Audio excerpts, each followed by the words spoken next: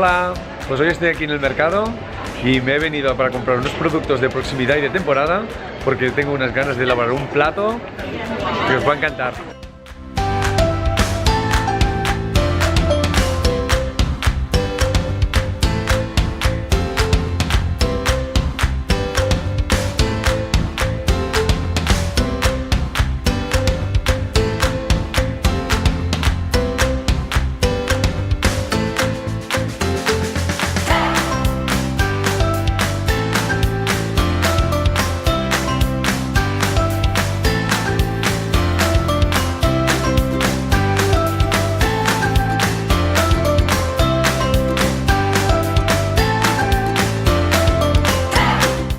Bueno, pues aquí estamos terminando el arroz, el plato que hemos hecho. A esto solo le faltan 2 minutitos y ya lo tenemos.